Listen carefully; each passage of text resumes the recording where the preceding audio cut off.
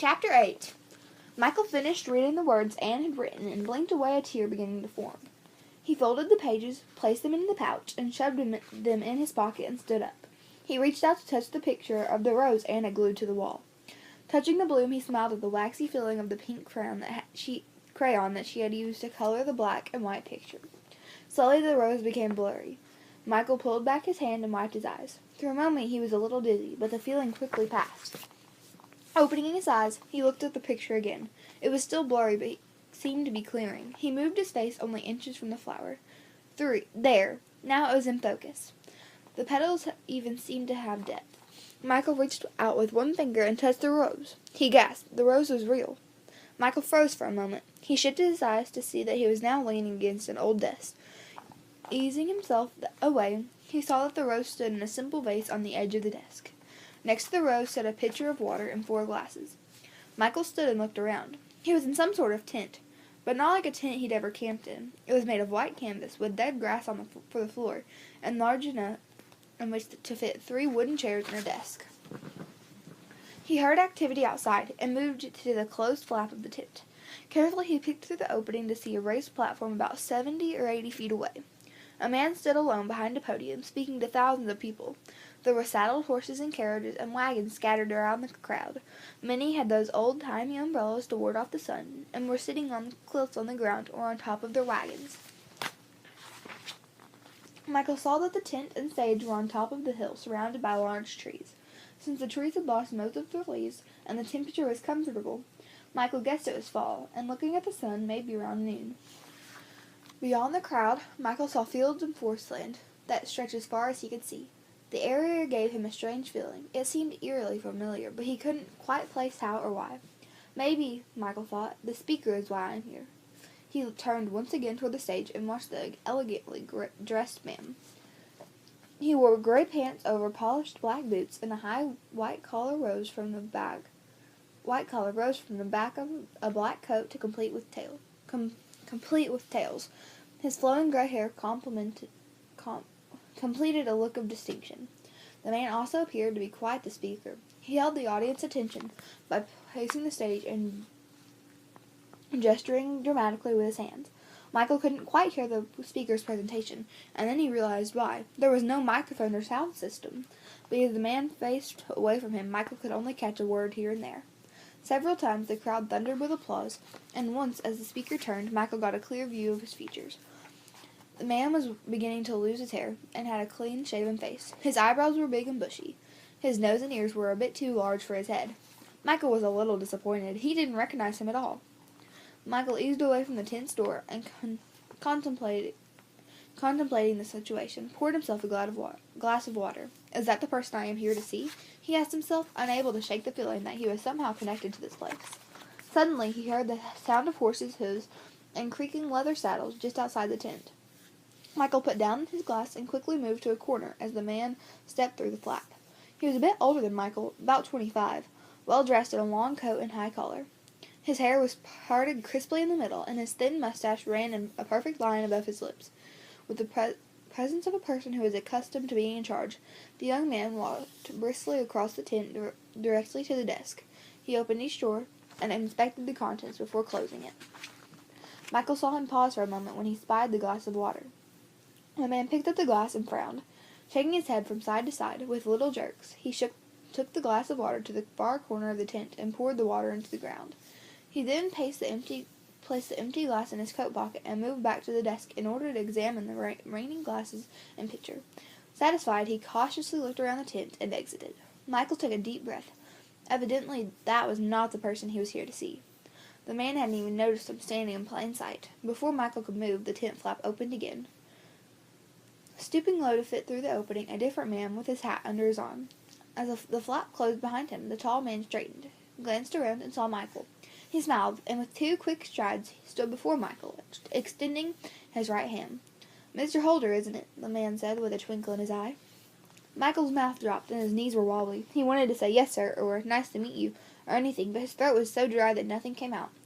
Seeing the confused expression on the gentleman's face, and seeing that his hand was still extended, Michael did the only appropriate thing. He shook the hand of Abraham Lincoln. I am honored, sir, Michael managed to stammer. The honor is mine, Mr. Holder, the President replied. After all, it is you who have traveled the greater distance for this occasion. Won't you join me in a refreshment? Michael nodded and asked, Sir, where are we? Lincoln held up one long finger and then poured Michael a glass of water. Pouring his own glass, he drank it all, poured another, and sat down. Bring up a chair, he said, as he drew his own from behind the desk. As Michael sat down, he watched the 16th President of the United States cross his legs and loosen his high, starched collar. Michael noticed that the President seemed oversized in all physical respects. His legs and arms and hands, and even his face appeared to be too long.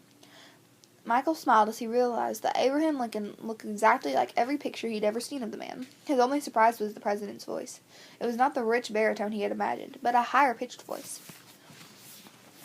Lincoln placed the glass on the desk and said, Riding horseback always makes me thirsty, though I'm usually too embarrassed to drink in front of the horse. After all, he chuckled, I'm not the one who has done all the work. Michael laughed politely. So, Mr. Holder, you wish to know where we are? Yes, sir, and please call me Michael. Thank you, Lincoln said, as he slightly tilted his head toward the young man. Michael, I am here for 2 reasons. First, to dedicate a cemetery. That, by the way, is where we are now, Gettysburg, Pennsylvania. Shivers ran down Michael's spine. And the date? November 19th, 1863. No wonder this place seems familiar, Michael thought. I was just here 4 months ago. Or was it only an hour? He shook his head to clear his thoughts. Mr. President, you mentioned 2 reasons. What's the second? Lincoln smiled. Why, to meet you, of course. Michael's eyes widened. You are certainly more important than any remarks I might share with those in attendance today. This cemetery is about the past. You are about the future. Michael looked away. Thanks, but I'm not sure that's exactly right. I'm just hoping there is a future. I'm actually going through a horrible time in my life right now. Congratulations are in order, then. Better days are most assuredly ahead. The President raised his water glass and exclaimed, To us, 2 gentlemen experience the worst life has to offer. Michael wasn't sure whether Lincoln was joking or not. I'm not kidding, he said slowly. Oh, let me assure you, Lincoln said with a tight smile, neither am I. He reached to his right, across the desk, and picked up his hat. It was the tall, black stovepipe that he wore in every picture that Michael had ever seen of the man. Lincoln let his fingers play softly across the large silk band. This is a piece of cloth I carry with me in memory of Willie, my little boy. He died only a few months ago, he said. Now my son Tad has taken to bed, deathly ill, and as you might imagine, Mrs. Lincoln did not agree that I should be here today. Why did you come? Duty, and the fact that I knew I could choose to pray for my son while wandering about the White House, or pray as I pursued the challenge that has been placed before me. I am quite confident that Almighty hears my cry no matter the location. The President shifted and crossed his arms. You know, I mentioned that we are two people who are experiencing the worst life has to offer. That is true in a small, selfish way. In larger sense, however, we are being presented an enormous opportunity for change and the betterment of ourselves. Oh, right, personal growth. You know, I have a teacher at school who is big on that. Most of the kids pretty much tune her out. To be honest, I'm not sure I want any more personal growth anyway, Michael said. Of course not, Lincoln responded, and wouldn't that be the easy choice to make? It's the most popular choice on the planet. But the question you are facing right now is, how powerful do you want to be?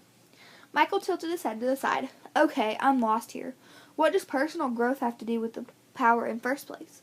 And in second place, no offense, but I have no interest in power anyway.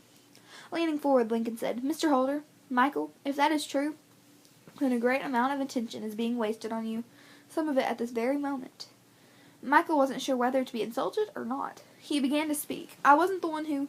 Lincoln reached over and touched Michael's knee, smiling patiently but interrupting firmly. He said, Michael, think with me here. Personal growth leads to power. To do great deeds, great power is essential. You see, some people just want enough power to get by. But there are a few of us, Michael, who have latched on to this silly idea that we can change the world. We can ignore what is popular and do what's right. Are you ever bothered by what people say about you? Michael asked. The President quickly leaned forward with a serious look. Why? What are they saying? Seeing Michael's shocked expression, Lincoln laughed loudly.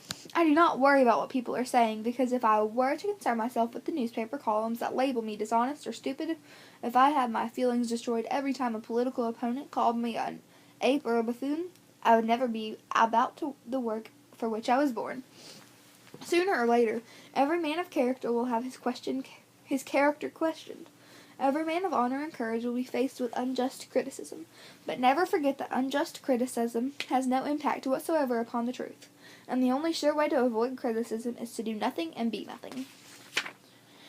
Sometimes we are afraid to step out. We are afraid to become more. But how can we lead others to a destination we have not reached?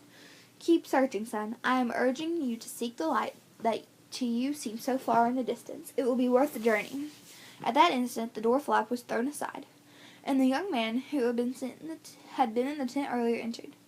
Lincoln gestured toward him with his hand and said, "John Hay, my personal secretary."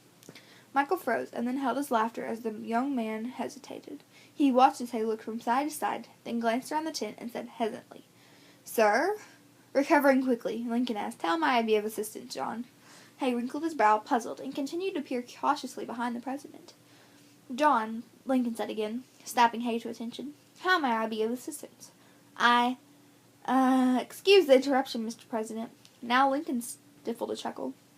"Well, sir," Hay stammered, "I wanted you to know that Mr. Everett has concluded the Baltimore Glee Club will sing an ode written for this occasion. The music will provide the time necessary to escort you from here to the stage." "Thank you, John," Lincoln said, as he walked toward the opening of the tent. "The beginning of the music, then, will be my cue to join you outside the tent. Until that time, sir, I trust you will maintain my privacy." The president pulled back the flap to hasten his secretary's departure. Hay ducked through the opening, then turned around, ducked back inside, and said, "Sir, excuse me, but are you saying that I should not come back inside?" "That is correct, John." "So you will meet me outside the tent when you are ready to go to the stage?" "Yes, John." Briefly, Hay paused, his head still sticking in the tent. "Sir, if I may be so bold to ask—" "John," Lincoln interrupted. "Yes, sir." "I will meet you outside the tent when I am ready to go to the stage." "Yes, sir," Hay sighed, and slid outside. The president closed the canvas, and urging Michael to follow with a jerk of his hand, walked quickly to the desk. Tears were streaming down his face as he finally let his laughter burst out. Gaining control, Lincoln took a deep breath and sighed. "I forgot he could not see you. That was extremely close, my friend." Michael chuckled. "Yes, it was." He thought for a moment. "What is your part in the ceremony today?" Lincoln's smile disappeared as he cleared his throat. "Today we will take pause from our battles and dedicate to one urged reality of the war. A cemetery. There are quite a few of them around now, as you must know. Certainly more than I can dedicate." Lincoln frowned and continued, "There are more than 50,000 casualties here." He was quiet for a moment, and then brightening, he said, "I have General Grant leading the army now.